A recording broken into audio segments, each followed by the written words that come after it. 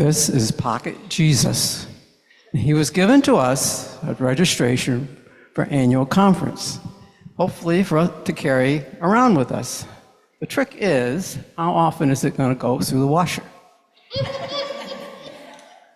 So, annual conference is held annually with lay and clergy of the conference to conduct business, worship, set goals, pass a budget, receive reports, vote on legislation and resolutions, and have a learning session, all in 2.5 days.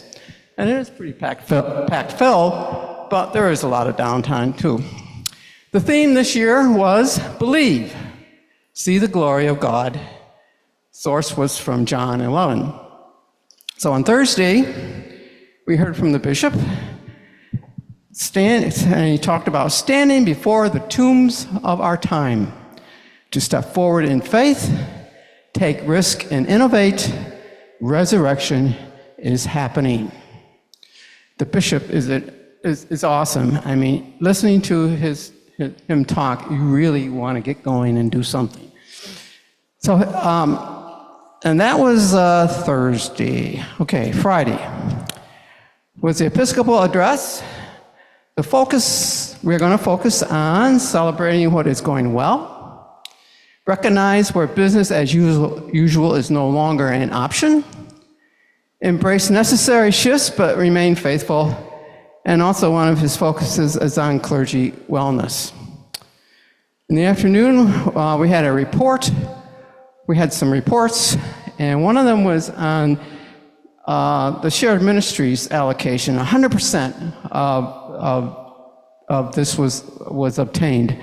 And there are 255 congregations in the upper New York Conference, and everybody contributed to make it 100%. And overall through the United States, 1.2 million. Those are the little packets that you get, little envelopes that you get in a bulletin every once in a while to contribute to something. 1.2 million was given throughout the country. We were number 1 in the Northeast jurisdiction and number 4 throughout the whole United States. But we're going to get a new one to add to it. And it will be taken up in February, and this one is for camperships. We already do one when we do the oranges, but they're also going to add it and make it for everybody to contribute to camperships for everybody to go that wants to go to camp. Okay, let's see, learning session. So this year we had 2 pastors who wrote a book called Followers Under 40. And they were 2 young pastors. One is from Harrisburg, Pennsylvania, and one was from the southwestern jurisdiction, either from Arizona or New Mexico. But they talked about their book. And as I said, Followers Under 40. And why are young adults leaving? They are, however, more spiritual than ever. But the church does not share their values. They are curious, diverse, and flexible, but they see no impact on their daily lives.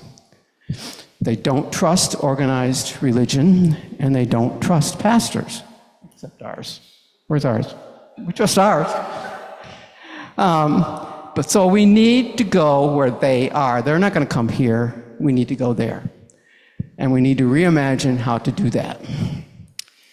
In the evening was the ordination ceremony. And the Bishop Ruben Sayez, I don't know how to pronounce it, was from the Texas conference, continued on the same theme that the bishop, our bishop had talked about, entitled, Do You Believe This?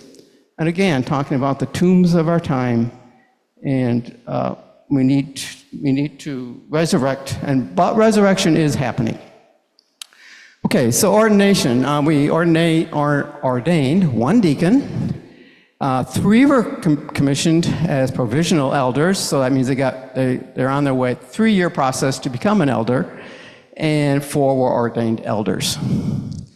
And then on Saturday, the Buffalo 10 Scholarship, which I talked about last year, but for scholarships for young people who lived in the community where the Tops Massacre occurred in Buffalo a couple of years ago.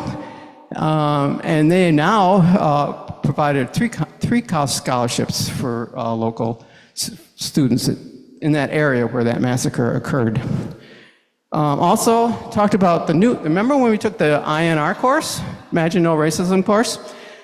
They're changing the title of that program to Dismantling Racism from Imagination to Action. So it's going to be more action focused.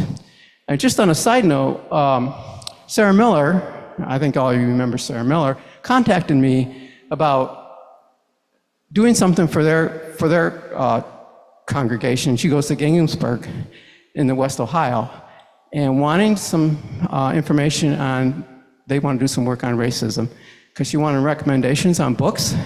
But I mentioned this course, Imagine No Racism, and so we're going to be in conversation sometime this summer about that, how that can happen for them. Also, they gave a report on Africa University. Several of them went on a trip to Africa, to the university there, and also the bishop at that time talked about how a chimpanzee had stolen his backpack and he almost lost his passport. But obviously he didn't, because he's back. So I'm going to take my little pocket Jesus with me now, and hopefully it won't go through my wash when I wash my pants today.